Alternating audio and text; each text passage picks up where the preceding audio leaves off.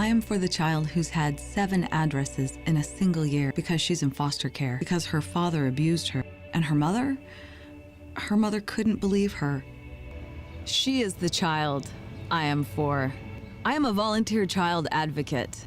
I am you. Florida residents call toll-free 866-341-1425. Tap rooms are localized and they're geographic. The Hispanic community is much broader than one tap room.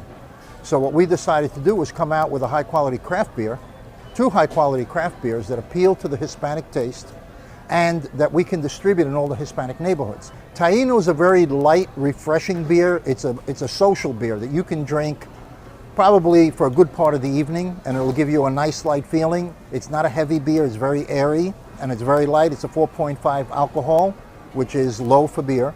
The Boricua is a 6.0. Now that's a stronger beer, and we designed it to be a little bit stronger than Heineken. Heineken is a favorite in the Hispanic community, so we have a little bit more muscle than Heineken. Boricua right now, in a very short amount of time, it's been a miracle for us because we've gotten a large range of acceptance at the retail level. We're in Publix, we're in ABC, Target is picking it up, we're in Sedano's, we're in Bravo's, 7-Elevens are picking it up because they're concentrating more on craft beer and the Hispanic market. So what we're trying to do is do a quality beer, a high quality beer, more taste, and that the Hispanic community will like.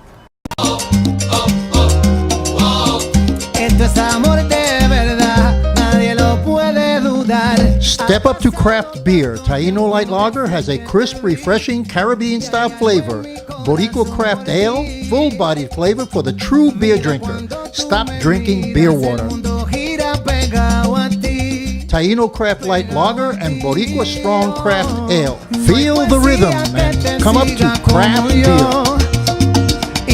Hi, I'm Danny Ramos and welcome to this week's edition of Hispanic Speak Out TV. We've been on the air for 14 years bringing you interesting news about the community that is not aired anywhere else. That's what makes us exist. We air every Tuesday night at 9:30 p.m. on Bright House. It used to be Bright House, it's now Spectrum Cable. And tonight I am here with an old friend. She's been on the air for years, in and out, visiting us. Anna Escamani, and she was very involved with Planned Parenthood. She's an employee of Planned Parenthood. And now she came out and she made this big statement that she's running for public office. What are you running for? Thanks for having me, first of all, Okay. Dave. It's great to be back. I'm running for Florida House District 47. Okay. Yeah. And you've been a public, very strong public voice of Planned Parenthood and those issues. Yeah. Have you made that decision in order to push your agenda forward with Planned Parenthood? Or what, because your whole background is there, right? So what generated this big step? Yeah, it's a good Because question. you're stepping out of Planned Parenthood. If you got elected, you know. Well, I never thought I would ever run for office. I grew up in You should have asked me. I would have told you. I know, I should have. I mean, Yeah. and many women don't see themselves in that way. And I actually grew up in Orlando. I'm an Orlando native. I'm a first-generation Iranian American. I'm a daughter of immigrants. And so I do think that toughness comes from struggle. And I experienced that growing up with my mom passing away when I was 13 years old. And, you know, my work at Planned Parenthood actually started as a patient because I had nowhere else to go for health care and no one to talk to about birth control. And so I walked into Planned Parenthood, and you know that kind of ended up becoming an issue that I really care deeply about, access to reproductive health. But it's How did you go from being a walk-in to becoming an executive?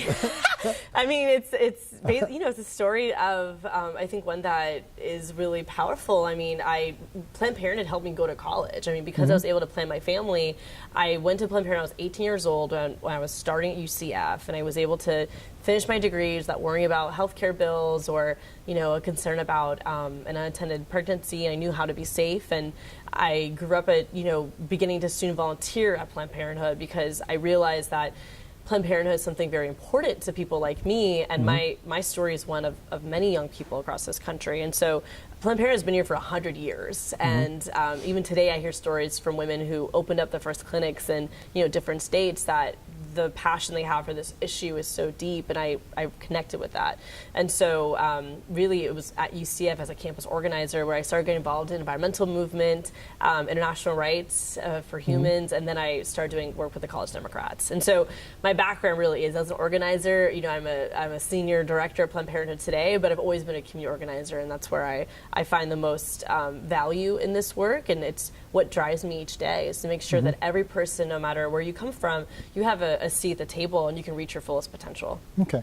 There's two things that I want to talk to you about. Number one, as such an advocate for Planned Parenthood, there are always people, and there's a very strong agenda against Planned Parenthood. Right now, you know, in the Florida legislature, absolutely. And the Florida legislature, and in the Congress, and in Congress, and in the Congress right now, because it's all, you know, the House, the Senate, and all belongs to one party. So, can you be totally objective in dealing with some of those issues because you were or were an employee? Yeah, well, I think it's a valid point to make, and you know, when you look at many legislators, they are bought out by different entities. I mean, special interest groups. Yeah, absolutely. You know, Planned Parenthood is a nonprofit organization, and so it's very clear to the voters that I support Planned Parenthood. I mean, not only have I committed 5 years of my nonprofit career to this organization, but I'm a Planned Parenthood patient. And so there's no question when it comes to the voters of where I stand on the issue of Planned Parenthood, on the issue of safe and legal abortion, on the issues of birth control. When you run for this seat, it's going to be, that's probably going to be the major issue. No, I don't intend for it to be. You know, my issues revolve around healthcare, jobs, the environment, gun safety, equality, and public schools. I mean, those are my 6 main issues. Of course, healthcare is a really critically important one, and the dynamic of women's equality is one that I really push for. And Planned Parenthood is a key part of that. But I mean, we look at the shape of the legislature, the lack of women representation is palpable. I mean, they're passing policies that are hurting women and families beyond Planned Parenthood. We're talking about alimony reform. We're talking about just equal work for equal pay. I mean, there's so many other issues at hand that are intersectional in the sense that, you know, they're intertwined. But at the end of the day, like, I'm here representing the great people of District 47, the great people of this state. So all you have to do is hope that they're all Democrats and all 51%. Well, you know, the district has, it's greatly diverse in party affiliation and in gender and in age. It's a beautiful district. It really does represent Central Florida. And so I think what's important is that I'm transparent. And people, again, know that where I stand on the issues of reproductive health, and I feel pretty confident that we can have empathetic conversations about these issues and actually at least start a dialogue that if I can't earn their vote, at least I've earned their respect. Yeah. Who's in there now? This is Representative Mike Miller's seat. Okay. Yeah, and he's running for Congress against Stephanie Murphy. So he has to resign. He does not. He actually can stay in the seat to the next session. So this election is November 2018. Okay. So how does his going for Congress affect your position if he loses? I don't know. I can't speak of what Mike Miller decides to do if he loses the primary. I really can't speak to that. You know, for me, my responsibility is serving the great people of District 47 and having these conversations with them, you know, at the doors. And so honestly, it doesn't really matter to me, you know, what that could look like, what the opposition could look like. I'm focused on So you're for race. full funding for Planned Parenthood. Is there anything that, because we have a president that evidently is right now against Planned Parenthood. Yeah, he's made that clear. He's made that clear. So, so how do you see going forward, because the president's going to be there for the next 3 years? Yeah. How do you see going against those policies? Well, and what efforts are you going to make in order to ensure the survival of Planned Parenthood? I mean, it's an excellent question. Again, you know, when it comes to Planned Parenthood Florida, it's a different situation. I mean, we talked about this before about there is no state funding that Planned Parenthood receives. So, you know, as a state legislator, there's not much I can do when it comes to the state of Florida, that dynamic. The state, just to be clear and for everybody out there, the state of Florida does not give any money to Planned Parenthood at all. It's all self-funding. Yeah, it's Medicaid and Title X are the two public streams that we talk about often. Those are federal dollars. And it's in Florida, it's not a huge amount of money because Governor Jeb Bush defunded Planned Parenthood when he was in office. So absolutely, there is no state funding at all that Planned Parenthood receives. You know, there's no line item budget that Planned Parenthood benefits from. I mean, here in the state of Florida, we operate in regards to private insurance patients who pay out of pocket, private funds we fundraise for. But absolutely, there's a pretty definite line there. How come, is that that's not the standard business model across the country? Every state is different. It depends on the legislative makeup of the state, to be honest. I mean, we have so many patients that move from New York and come to Florida, and they're surprised of, A, there's not many Planned Parenthood health centers available in the state of Florida, and B, the funding mechanism is different. I mean, it is a question we receive often. So, and I would argue that, when it comes to how Florida treats women in general, we have a lot of work to do, especially for the women who choose to raise a child. I mean, this is a really difficult state for pregnant women. You can apply for Medicaid, which is a federal fund, to receive health care benefits, and your child can retain benefits, but you as the mom, you lose health insurance after a few months. What are you going to do? How can you take care of your child when you don't have health insurance? And so right now there's obviously an opioid crisis happening, and it's detrimentally impacting pregnant moms. And we see a growth in women who are pregnant and addicted. And that is something that lacks a lot of intervention. What's the reason for that? Well, I mean, I know I'm asking you the question, yeah. but I'm assuming that, there's variables, but what do you absolutely. say about it? I mean, I think there's a lot to be said around the education around drug usage and the overprescription of providers to that point.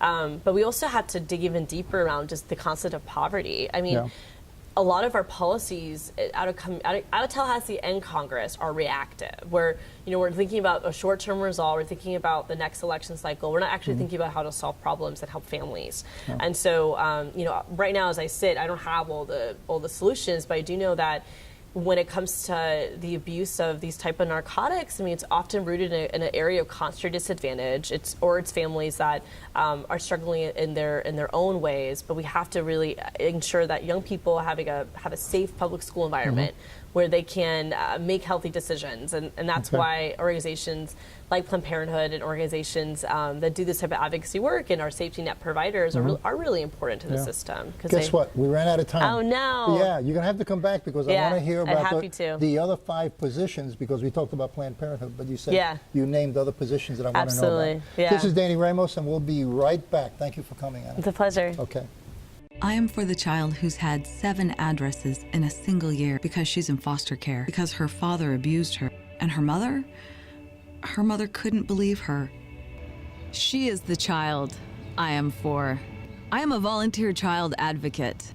I am you. Florida residents call toll-free 866-341-1425. Hi, I'm Danny Ramos, and welcome to this week's edition of Hispanic Speak Out TV. I hope you like my hat. And we've been here on Spectrum since Spectrum started, but before that on Bright House Cable for about 13 years. We are taping in the studios of WFME up on East Colonial, and we air every Tuesday night. And if you're watching the show, obviously you know that. We are here with a newly elected representative. His name is Carlos Guillermo Smith, and he has some really, really interesting commentaries about our local communities here in Central Florida, and a little bit about what's going on in the governor's house and also in the state legislature. Carlos, again, thank you. Thank you for having me, Danny. Appreciate it. And I know you're one of the most open people that ever comes on the show. No tiene pelo en la lengua. You know what I mean? It's like, and for you people out there who don't know what it means, that's a Spanish saying, which means that you don't hesitate from saying anything that's on your mind. Solamente la verdad. Yeah, exactly. All right, so I understand that there's some issues with the governor and requests being made of the governor for an executive order. Yes. Okay, tell us about that little bit of controversy, because I know that the governor was very sensitive to that issue some months ago. So why don't you fill in and bring us up to date? Well, basically, after the tragedy at the Pulse nightclub, which was not only an act of terror and the worst mass shooting that our country has ever seen, but it was also the worst hate crime against the LGBTQ community that the country's ever seen. We knew that it was very, very important for the governor to send a message that Florida is a place that won't tolerate discrimination of any form, including discrimination against the LGBTQ community. The reality is, in the year 2017, Danny, it is still totally legal to fire someone from their job, deny them public housing, or to deny them service at a restaurant just because they're LGBTQ. So what does the law cover exactly? You mentioned to me a few minutes ago before Right. we went in. That law, which is supposed to protect the civil rights of people, covers The Florida what? Civil Rights Act basically says that discrimination is prohibited on the basis of sex, race, ethnicity, national origin, disability, pregnancy status, that you cannot discriminate against a person based on any of those characteristics. What it does not say is that you can't discriminate against someone based on their sexual orientation or their gender identity, so folks who identify as part of the LGBTQ community. So we met with the governor's office 2 weeks after the tragedy at Pulse and asked them to please sign an executive order that the governor can do to protect, in the very least, state employees and government contractors from anti-LGBTQ discrimination. The governor's office said that they were committed to this issue, that they wanted to do it within 2 months, and if for some reason they weren't going to do it or the governor changed his mind, they would let us know. A year later, this executive order has not been signed, and we're calling it a broken promise because the governor's team had committed and promised to take this very meaningful but also symbolic action to protect the LGBTQ community from discrimination after the tragedy at Pulse, and they've not delivered, so it's time to hold them accountable. Who is your main contact at the governor's office on this? Well, at the governor's office, it's always been the then Chief of Staff, Kim McDougal, and the legislative liaison, Kevin Riley, who are the top 2 lieutenants at the governor's office, other than the governor and lieutenant governor themselves. So promises and commitments made on their behalf, which were ongoing for an entire year, are just as good as promises from the governor himself. But look, the reality is, Danny, the very least that state government and the governor can do, after 49 mostly LGBTQ people were murdered, is send a message that Florida is a place that doesn't tolerate discrimination against our community, and they can't even do that, which is very frustrating and makes you wonder, what are the political calculations for why the governor won't do this? Is it a political calculation? Is he planning on running for U.S. Senate against Bill Nelson, and he doesn't want to be perceived by his Republican base as helping the LGBTQ community in any way? The governor could not have more political cover to do this, and yet no action, just words. It's really sad. Well, I think most decisions that are made in the governor's mansion are political. You know, that's the way it is, you know. But it's not. But I feel very strongly about this, Danny, because this is not a game for us. This political shenanigan, this is our lives that we're fighting for. Okay, when the LGBTQ community talks about being marginalized, when we talk about discrimination that our community has suffered, when we talk about physical attacks and targeting of our community, this is not a joke. It's reality. And Pulse was a horrific and terrible reminder that homophobia and bigotry and hatred still exists, and we have to do everything that we can to eradicate it. You recently got a lot of support from the religious community, didn't you, in a press conference? That's Tell us right. about that. That's right. Just this week, faith leaders from many denominations, not only from the Jewish community, from the Muslim community, from the Christian community, all came together and held a press conference and demonstrated their support for the governor to take this action. So the question is he going to leave this as a broken promise, that after such a horrific tragedy that literally no action was taken whatsoever to protect the LGBT community from discrimination, or is he actually going to do something? Does the LGBT community have a path of action in mind in order to push this agenda on the governor to loosen him up? You know, is there something that you guys... Well, look, I mean, at this point, we feel like we've done everything we can, but now the community's rising up. It's not just me or Equality Florida saying the governor needs to do this. It's not just faith leaders who have stood up and called on the governor to do this. Just last weekend, one of the Pulse moms, Christine Leinonen, who lost her son who was murdered at the Pulse nightclub, she wrote an op-ed that was published in the Orlando Sentinel asking for the governor to take this action. A Pulse survivor, Brandon Wolf, did the same thing, wrote an op-ed in the Tallahassee Democrat last week asking for the governor to do this. All of these voices are coming together. Why won't he do this? Well, you know the answer to that, because I'm assuming that he doesn't want to lose part of his base or get into conflict. You know, sometimes, you know and I know, sometimes politicians don't say anything, right, because if they say anything, they got to go to one side or the other, which creates an impression on a constituency, and they don't want to have pressure being put back the other way. Well, the reality is he needs to take this action, and then the legislature needs to finish the job, because then what they can do is they can update the Florida Civil Rights Act through legislation. Can't you do that? You're a state local official. Isn't there a way you can make an amendment and kind of, I mean, you're a legislator. Well, I've done that. I have co-sponsored legislation that will do just that. This isn't an idea that we just came up with recently. Yeah, I know. This is a legislative proposal that the community and the business community has really backed for the last several years. Who has not supported that amendment? Well, the reality is a handful of leaders in Tallahassee, namely the Speaker of the House, the Senate President, and folks who control the agenda won't hear the bill. So there's no way around that. There's no. Well, we're broadening the coalition, but this is how government works. It has to be heard in committee. It needs to move to the House and Senate floor for a vote, and then it's sent to the governor. You know, that's the process. Right. So, you know, we are committed to this fight for the long haul and to continuing to advocate for this issue. But, you know, the way that we eradicate anti-LGBTQ discrimination is not just through signing an executive order or passing a law to say discrimination is wrong. We have a comprehensive approach. We have to make sure that our kids in our public schools have access to the resources that they need and that they have the protections that they need to live their full and authentic lives. We need to make sure that they're treated equally in our public schools so that early on young people can learn about accepting people for who they are. So what is happening at the public school level, and at what level? Is there an educational process that's being enacted, or is that also in process to happen?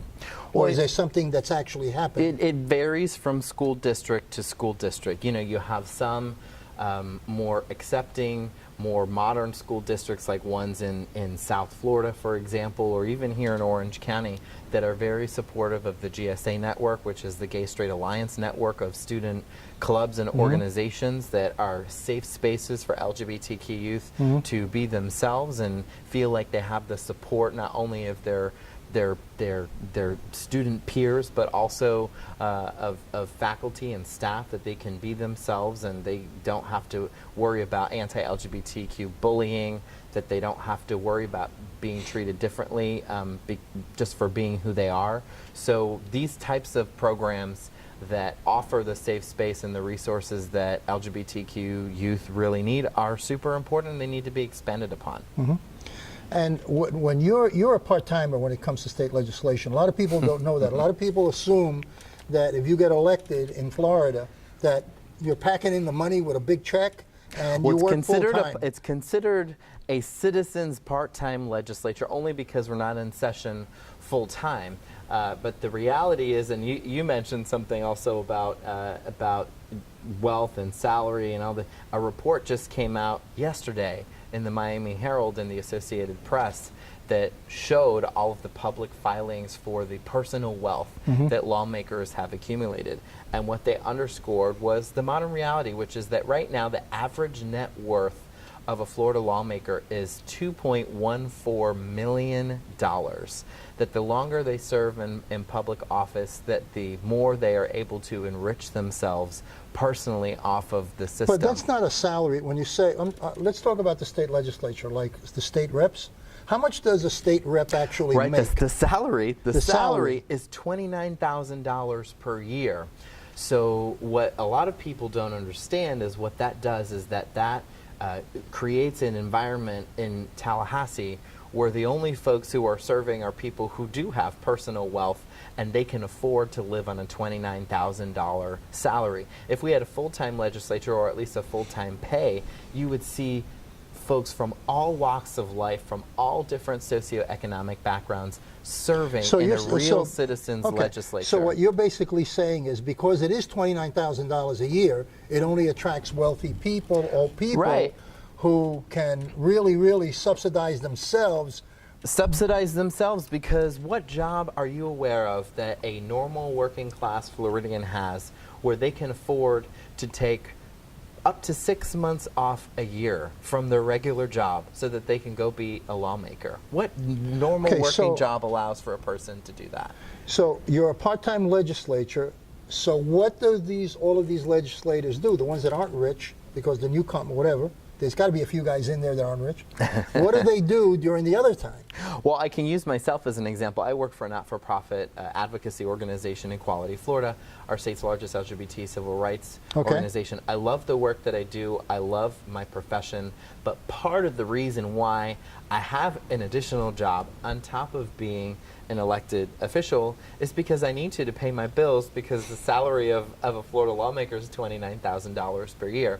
So I have to have another job to be able to supplement that income and be able to make a real living. But the reality is that even on that list that I told you about, that the Associated Press published, the net wealth and net worth of all 160 lawmakers, I was actually cited in that report as ranking at the bottom of the list. And I don't mean like the bottom 10th percentile. I mean, at the bottom. I am dead last out of 160 lawmakers on my own personal net worth. And I'll tell you, Danny, I wear that as a badge of honor, because I really don't think that the average net worth of $2.14 million of my colleagues, I think that I am certainly more connected with the needs of everyday Floridians than one of the millionaires is. Do you feel that you're treated as an equal in the state legislature? I mean, personally. I mean, not only because of your status, but I mean because of your economic status too. You know, do they treat you like... Well, luckily, as someone who has earned a seat at the table in the Florida House of Representatives because my constituents elected me to, whether they want to treat me as an equal or not, I have an equal voice in the process. So I do feel like I'm being treated as an equal because it's something that I earned thanks to the voters. People, I remember a long time ago somebody told me some people are more equal than others. Yeah, I got it. All right, so the state legislature, the average guy makes $2.4 million. Do you think that taints their decision? Because obviously the guy who's into $2 million a year, he has allegiances and he has major interests that are not $29,000 a year. So does that taint? Look, here's what I'll say. Their process of picking the support? If we had less millionaires serving in the Florida legislature, I'm sure that there would be much more support amongst those elected officials for universal health care, for affordable housing, for a $15 minimum wage, for the everyday things that affect working people that really have a hard time getting heard and discussed in Tallahassee. Why? Because they don't rank personally on the list of priorities for so many of these lawmakers who, quite frankly, are out of touch with everyday Floridians. Okay. Well, listen, we just ran out of time. They ran quick. We ran really quick. But you're always great to have over here because you give us a really good, fresh perspective of what's going on in the community and also what's going on in the state legislature. I didn't know that it was $2.4 million average. $2.14 million is the average net worth. I'm thinking of how many people that have that kind of wealth, because I don't have that kind of wealth, have allegiances to other things. So when they go to the state legislature, they have allegiances that they're already following that have special interests. That's right. So how do you feel about that? Well, I mean, I feel like the system needs to change. Is the system stacked? The system is certainly stacked, but I am a firm believer in the concept, whether it has to do with government or party politics, as so many people are frustrated by. I am a firm believer in the concept that the way to genuinely transform these institutions and change them for the better is from within. And that's why I ran for office, because I felt like I could use my voice for the greater good within the system of government that we need to change so desperately. Well, I'm sure you're going to be there for a long, long time, and we'll watch you go to the Senate, probably in a few years when it's convenient for everybody, and especially you. And I know that you're going to have a long political career. I know that. Thanks, Danny. So congratulations. Appreciate All right, you. thank you so much. Thank you. Thanks for having me. This is Danny Ramos. We'll be back in a few minutes.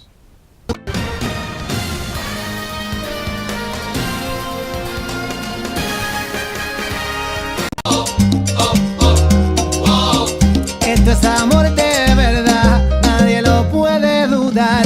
Step up to craft beer. Taino Light Lager has a crisp, refreshing Caribbean-style flavor.